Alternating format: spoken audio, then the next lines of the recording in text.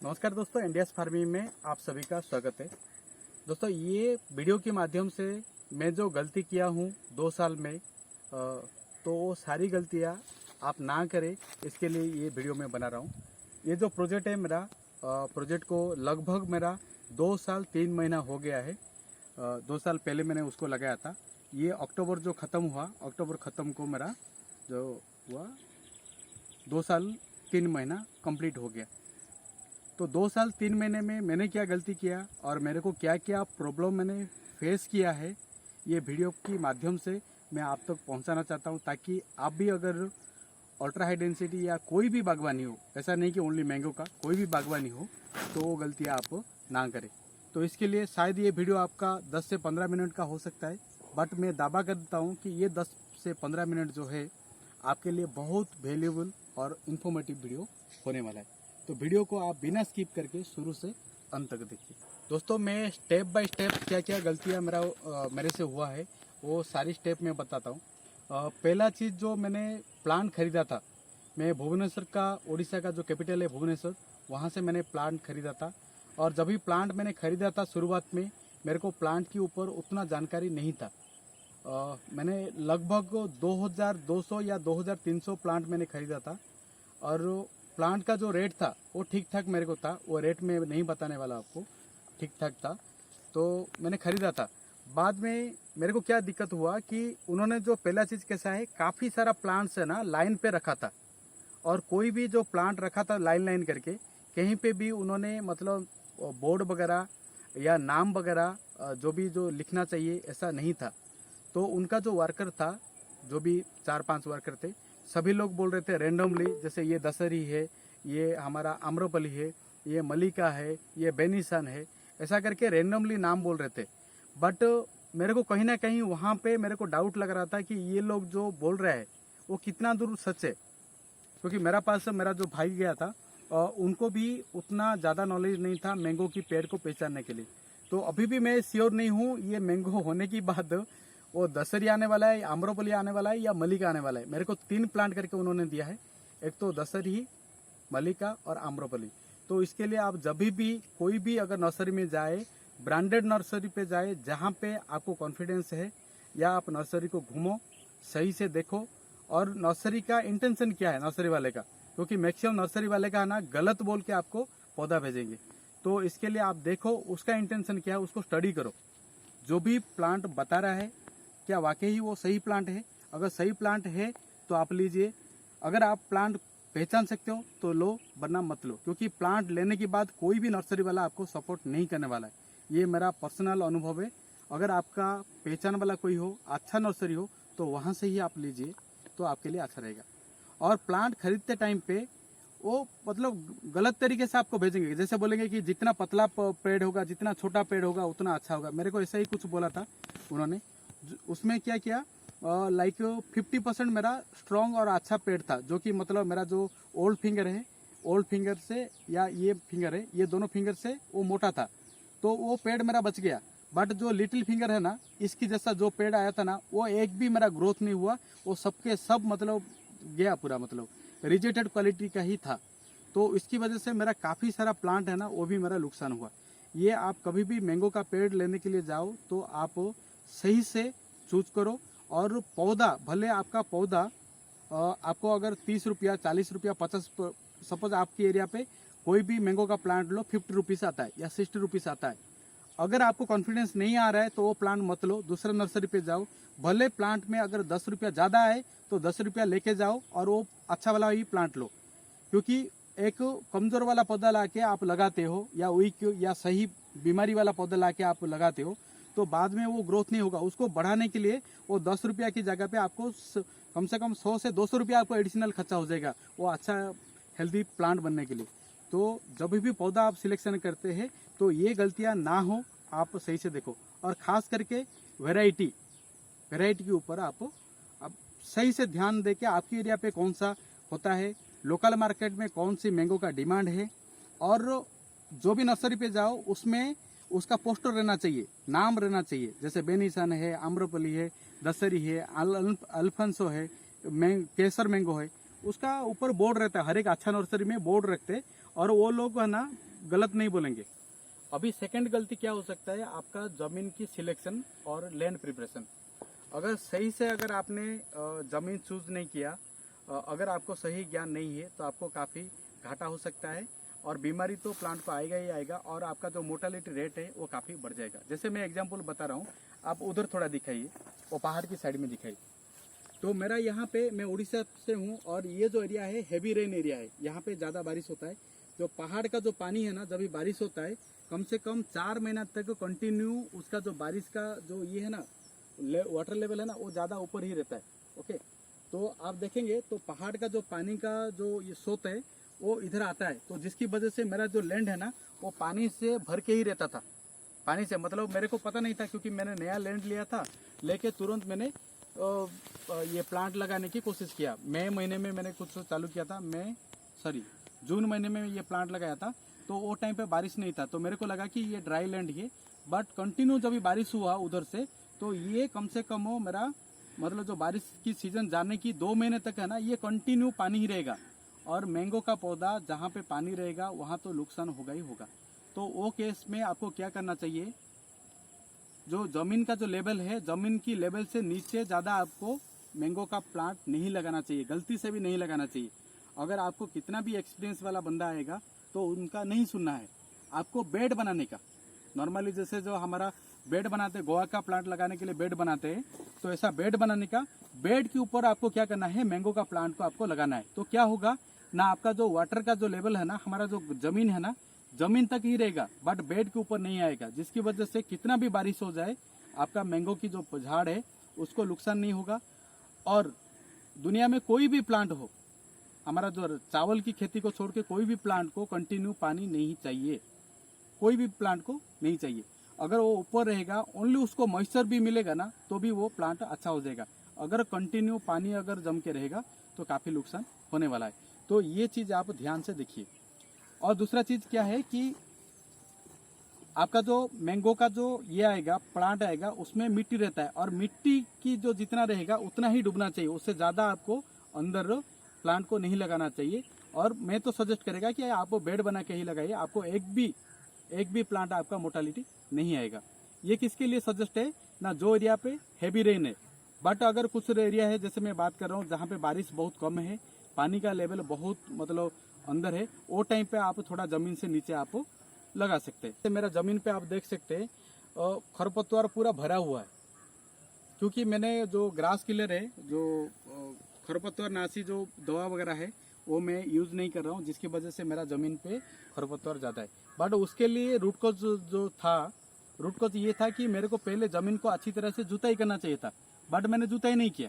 मैंने क्या किया, डायरेक्ट मतलब मेरा पास टाइम नहीं था, लिमिटेड पीरियड टाइम था, और मैं जॉब कर रहा हूँ, जिसकी वजह से छुट्टी पे आया था, कुछ 5 या 6 दिन मिला था।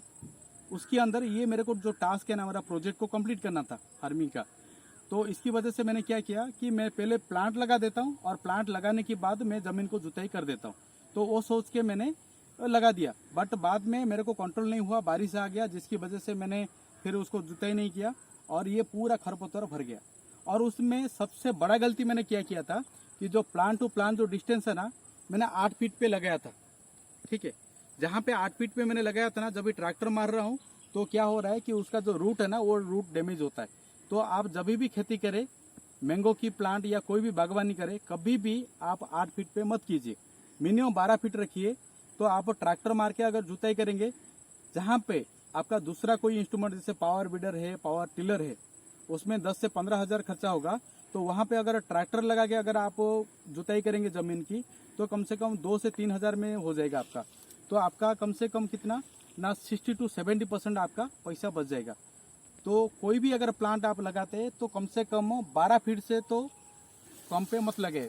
अगर आपको फिर भी अगर कम करना है तो 10 फीट से अगर आप कम लगाते हैं तो आपको नुकसान होगा, और खरपतवार को जो कंट्रोल करेंगे, उसको कंट्रोल करने के लिए आपको काफ़ी दिक्कत होगा। तो कुछ एग्जाम्पल मैं आपको दिखा रहा हूँ। ये 8 फीट पे है, तो फिर भी मैंने ट्रैक्टर मार के उसको साफ नहीं कर पा रहा हूँ, क्योंकि दिक्कत हो रहा है। अगर इसको मैं क्या करेगा कि मैं खरपतवार निकालने के लिए कोशिश करता हूँ, तो क्या होता है, मेरा जो प्लांट है ना, प्लांट का रूट वगैरह मेरा डैमेज होता है। और कुछ ऐसा जगह है कि मेरा जो लोग प्लांट लगाने के लिए आए थे, वो 5 फुट पे भी लगा दिया प्लांट, जिसकी वजह से वो तो मेरे को कभी भी मतलब बहुत दिक्कत करने वाला है। तो ये भी एक इम्पोर्टेंट चीज़ था।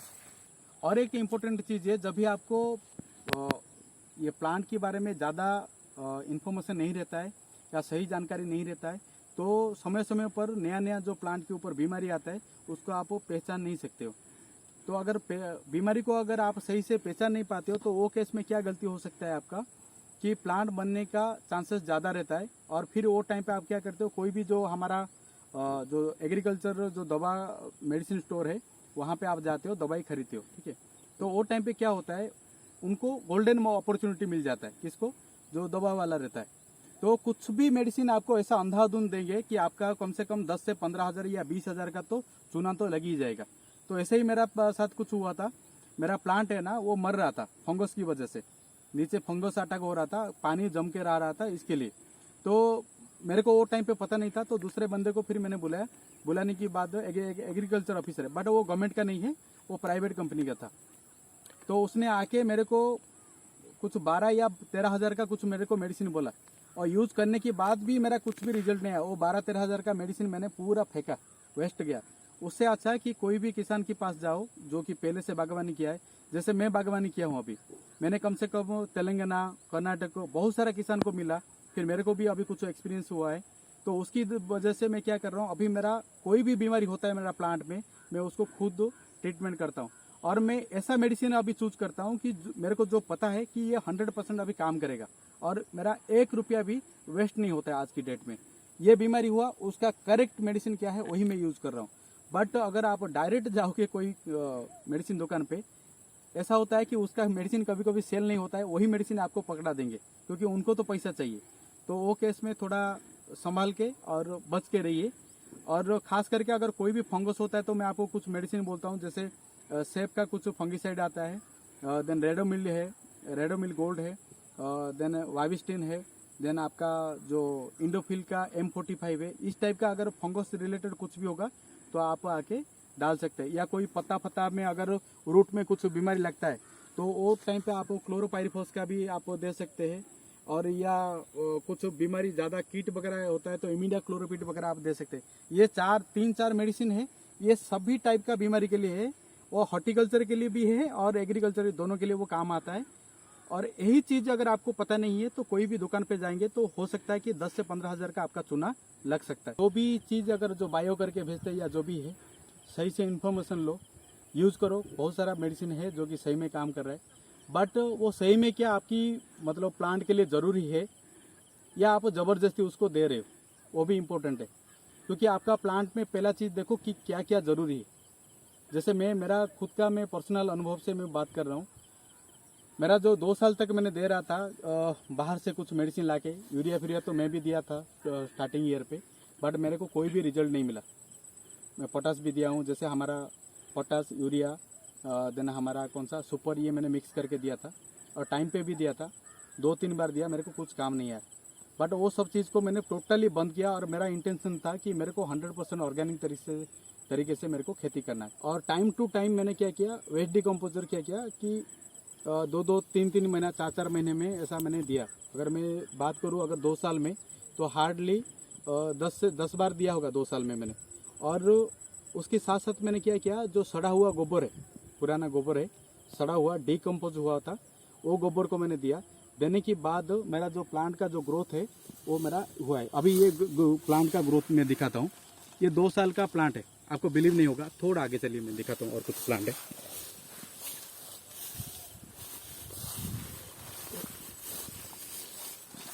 वो साइड में आप चला जाइए। ये अगर आप बोलोगे ये 2 साल का प्लांट है तो मेरे को नहीं लग रहा है कि कोई बिलीव करेगा। और ये प्लांट में मैंने कोई भी केमिकल नहीं दिया, कुछ भी नहीं है, गोबर का सड़ा हुआ खाद है। और मैंने वेस्ट डिकम्पोजर जो हमारा 20 रुपया का एक बोतल आता है, 200 लीटर पानी में 20 रुपया का बोतल डाल के फिर उसमें गुड़ डाल के मैंने वही दे रहा था, तो उसका ये रिजल्ट है। और जीवामृत मैंने बहुत कम यूज़ किया, क्योंकि जीवामृत को बनाने के लिए जो गौमूत्र कलेक्शन करना पड़ता है वो थोड़ा मेरे को कॉम्प्लिकेटेड लगा। तो मैंने वेस्ट डिकम्पोजर ओनली गोबर का खाद दिया था, तो उसका ये रिजल्ट है। तो इसके लिए मैं आपको सजेस्ट करेगा कि आप जो खाद दे रहे हो क्या आपकी प्लांट के लिए सही है, ज़रूरी है। सही से कोई मतलब एक्सपीरियंस बंदे से आप कंसल्ट करो और ब्लाइंडली अंधाधुंध जैसा जो पैसा वेस्ट मत करो। सही से जानकारी लेके अगर आप पौधे को देंगे, सही से केयर करोगे तो होगा।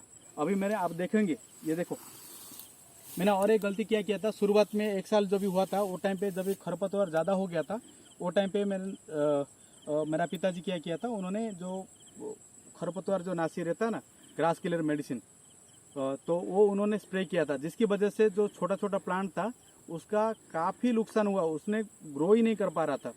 तो अगर आप बागवानी करते तो मेरा जो पर्सनल जो अनुभव है, मैं तो आपको मना करेगा कोई भी ग्रास किलर जो खरपतवार नासी मेडिसिन है वो यूज़ मत करो, क्योंकि 1 साल में आपका जितना जो ग्रोथ होना चाहिए अगर आप यूज़ कर लेंगे तो वो तो सत्यानाश कर देगा आपका प्लांट का। भले आपका ग्रास खत्म हो, ग्रास तो खत्म नहीं होता 100%, वो वापस आने वाला है, बट आपका जो पौधा है वो पौधा को बहुत नुकसान पहुंचाता है। अगर एक बार आपने अगर स्प्रे किया ना, 8 फीट तक आपकी ज़मीन पे जितना भी जो बैक्टीरिया वगैरह जो भी रहता है या एथोम रहता है, वो 8 फीट तक वो सत्यानाश कर देगा आपका। जैसे वेस्ट डिकम्पोजर है या जीवामृत है, अगर आप जीवामृत बना सकते हो तो बहुत बढ़िया है, जीवामृत बनाइए। घन जीवामृत भी आप बना सकते हैं, क्योंकि वो भी मैंने बनाया था, बना के यूज़ किया था, बट ज़्यादा टाइम में नहीं बना पाया, क्योंकि जो काऊ का जो यूरिन कलेक्शन करने के लिए देन, क्योंकि मैं बाहर जॉब करता हूँ, मैं नहीं रहता हूँ, मैं मेरा भाई को बोलता हूँ, देन मेरा पिताजी को बोलता हूँ, बट वो लोग दूसरा जो ज़मीन है हमारा खुद का, तो उसमें वो बिजी रहते हैं, इसके लिए उनको टाइम नहीं मिल पाता है, जिसकी वजह से सबसे मेरे को बेस्ट लगा जो वेस्ट डिकम्पोजर है, उसका सोल्यूशन मैं रख के उसको टाइम पर देता हूँ। और वो भी मैंने कितना बहुत दिन हो गया, अभी तो मैंने 6 महीना हो गया, 7 महीना हो गया, मैंने दिया ही नहीं है, फिर भी उसका जो रिजल्ट है ना वेस्ट डिकम्पोजर का वो बहुत बढ़िया है। एक बार आप दे दो वो ऑटोमेटिक थोड़ा वो काम करता रहता है। भले आप जो केमिकल फर्टिलाइजर देंगे तो वो 3 महीना 4 महीना में काम करेगा, बट उनका रिजल्ट आपको इंस्टेंट दिखा के वो लॉन्ग टाइम के लिए नहीं रहेगा। बट जो नेचुरल वे पे आप वेस्ट डिकम्पोजर जीवामृत का देते हो उसका मैंने यूज़ किया हूँ, बट जहाँ तक यूज़ किया हूँ मैंने कंपेयर भी किया हूँ कि केमिकल में मेरा कितना ग्रोथ है और इसका कितना। तो पहले जो ओरिजिनल था उसका रिजल्ट मेरे को बहुत बढ़िया मिला। सबसे बेस्ट थिंग मैं बोलता हूँ वेस्ट डिकम्पोजर का कि मेरा कुछ पौधा मर गया था बीमारी में, जो हमारा रूट फंगल डिजीज होता है उसमें होके पूरा मर गया था, उसमें लेके मैंने डाला हूँ कौन सा जो वेस्ट डिकम्पोजर का सोल्यूशन, वो पौधा वापस आ गया। कुछ मेरा गोवा का भी प्लांट था वो मर गया था, उसमें डाला तो वापस आ गया। तो उसका रिजल्ट तो बहुत अच्छा है, आप भी यूज़ करिए और देखिए। और पैसा कहीं ना कहीं आपको सेव करना है, अगर पैसा सेव करना है तो गोबर का जो खाद है वो गोबर का ही सड़ा हुआ खाद दो, बेहतर रिजल्ट मिलेगा। बाहर का कोई केमिकल देने की ज़रूरत नहीं। मैं सबसे बेस्ट रिजल्ट दिखा रहा हूँ, मेरा प्लांट का दिख रहा हूँ, नेचुरल ग्रोथ है। देखिए आप 2 साल का प्लांट है, कितना ग्रोथ है। जैसे आप गोबर का जो डिकम्पोज जो खाद है उसको लेके प्लांट की चारों बाजू में डाल दो, फिर उसमें 2 मग है ना, 1 या 2 मग है ना वेस्ट डिकम्पोज डाल दो, उसका आप रिजल्ट देखो, बेहतरीन है। जो पौधा ग्रोथ भी नहीं हो रहा है उसमें भी आप डाल के देखो, उसका जो मतलब रिजल्ट है आपको अलग ही मिलेगा। तो ये तरीके से आपको कहीं ना कहीं सेव करना पड़ेगा। अगर आपको सही में पैसा अगर बागवानी में सेव करना है तो अननेसेसरी जो फर्टिलाइजर मत यूज करो। आपका जो कहीं से भी खुद की गाय है तो बेस्ट है, गाय का गोबर यूज करो डिकम्पोज करके वेस्ट डिकम्पोजर के साथ, या जीवामृत बना के दो। अगर नहीं है तो आजू बाजू में भी गाय का गोबर का खाद मिल जाएगा, वो लेके ये करो। बट मेरा सजेशन ये है कि आपका जो केमिकल जो फर्टिलाइजर है वो जितना कम यूज करेगा उतना अच्छा है, ये मेरा सलाह है आपको। और दूसरा चीज़ वाटर मैनेजमेंट में बात करता हूँ। वाटर मैनेजमेंट भी आपको मतलब ऐसा नहीं कि मतलब भरपूर पूरा पानी देना है, कंट्रोल में देना है, ओनली मॉइस्चर ही दो। मॉइस्चर मेंटेन करने के लिए ही पानी दो। जितना आप कंट्रोल में आप पानी देंगे उतना ग्रोथ अच्छा होगा और हेल्दी रहेगा प्लांट। पानी लेवल पे है, ज़मीन पे है और आप भर के पानी दे रहे हो तो बीमारी होने का प्लांट को ज़्यादा चांसेस है, तो कंट्रोल पे देगा तो अच्छा ग्रोथ। अभी ये मैं बोलना चाहूँगा मेरा जो खुद का अनुभव है, जैसे मैं बाहर जॉब कर रहा हूँ और जॉब के साथ साथ ये मैं फार्मिंग कर रहा हूँ। ये मैनेजमेंट करना है ना, इतना आपको लग रहा होगा, बहुत सुनने के लिए इंटरेस्टिंग लगता होगा, आप बहुत फार्म अच्छा बनाया है, ये है वो है, बट कहीं ना कहीं आपके ऊपर प्रेशर रहता है, क्योंकि आप कुछ प्लान करते हो और प्लान के हिसाब से आप कुछ एक्शन लेना चाहते हो, बट वो एक्शन है ना प्रैक्टिकली नहीं होता है, क्योंकि आप जो सोचते हो वो प्रैक्टिकली नहीं होता है, क्योंकि दूसरे के हाथ से आप काम कराना चाहते हो। आप हो सकता है कि मतलब आप सिंगल मिनट का आप कैलकुलेशन करते हो और आपने कुछ टास्क आपने दिया एग्जीक्यूट करने के लिए, बट वो प्रैक्टिकली नहीं हो पाते, क्योंकि जो डाउन द लाइन जो लोग रहते इधर प्रैक्टिकली खेती में काम करते, वो उनको समझ में नहीं आ रहा है, या उनको दूसरा कुछ एक्टिविटी है, या उन्होंने कुछ इम्पोर्टेंट नहीं समझा, उसको सही तरीके से एग्जीक्यूट नहीं किया, तो दिक्कत हो सकता है। अगर आपको जॉब के साथ साथ अगर आपको फार्म वगैरह करना है तो सही तरीके से करो, और ऐसा बंदे को रखो जो आप जो बोलते हो उनको ब्लाइंडली आपको फॉलो करना है।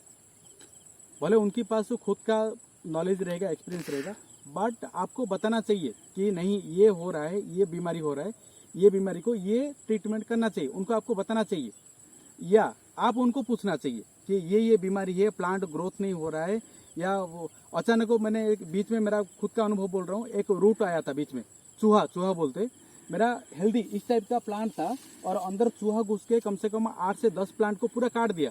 2 साल का प्लांट को उसने काट दिया। जब भी मेरा छोटा वाला भाई आया तभी देखा, तब तक वो 10 प्लांट को ऑलरेडी काट चुका था। तो उसमें क्या करना है मेरे को, तो वो केस में क्या करना है, आपको रैंडमली घूमना है। जैसे घर पे बेबी रहता है, बच्चा रहता है, बच्चे को कैसे केयर करते हैं कि उसको बुखार आ गया, उसको टेम्परेचर हो गया, सर्दी हो गया, खांसी हो गया, उससे बात करो, कोशिश करो कि मतलब आपके पौधे के साथ आप बात करो, उसका हर एक चीज को, जैसे बच्चे का आप समझते हो ना कि भूख होता है तो आप उसका दर्द समझते हो, ऐसा पौधे को भी आप समझो वो उसको क्या चाहिए एक्चुअली। अगर सही में अगर आप उसने 4 ईयर, अगर 4 साल आपने उसको केयर किया ना, 40 ईयर्स तक आपको वो केयर करेगा प्लांट। तो इसके लिए मतलब आप बाहर अगर जॉब करते हो तो आपको सही से प्लान करना पड़ेगा, ऐसा सोच के चलना पड़ेगा कि आपको बहुत डिफिकल्टी आने वाला है, और वो डिफिकल्टी को आपको फेस करना है, क्योंकि आप जॉब करते हो, आपके पास टाइम नहीं मिलेगा। आप साल में तो हार्डली 1-2 बार आप आओगे, आप 1-2 बार आओगे तो हार्डली 10 दिन के लिए आओगे, तो 10 दिन में आप क्या कर सकते हो। खेती का काम आपको कम से कम दिन में 8 से 10 घंटा आपको देना पड़ेगा, ये हिसाब से। उसके लिए आपको सही मैन पावर डिप्लॉय करना पड़ेगा। महीने में 2 बार पानी देना है तो देना है, स्ट्रिक्टली उनसे लिए थंब रूल बना दो कि ये तारीख को देना है तो देना है, बाकी जो भी काम है वो होल्ड करो, बंद करो, ये चीज करना है। तो इस तरीके से अगर आप प्लान करोगे, देन आपका जो प्रोजेक्ट है या प्लान आपका फार्मिंग का प्रोजेक्ट है वो सक्सेस हो सकता है। दोस्तों, ये थी मेरा 2 साल का अनुभव, और मैंने जो प्रॉब्लम फेस किया है मैंने आपके साथ शेयर किया है। शायद आशा करता हूँ कि ये वीडियो पे आपको बहुत अच्छा इन्फॉर्मेशन मिला होगा। अगर रियल में अच्छा लगा है तो आप कमेंट्स करके बताइए, और वीडियो को लाइक कीजिए, चैनल को सब्सक्राइब कीजिए, और बाजू में जो बेल आइकन है उसको जरूर प्रेस कीजिए। वीडियो पे बने रहने के लिए आपको बहुत बहुत धन्यवाद। जय जवान, जय किसान।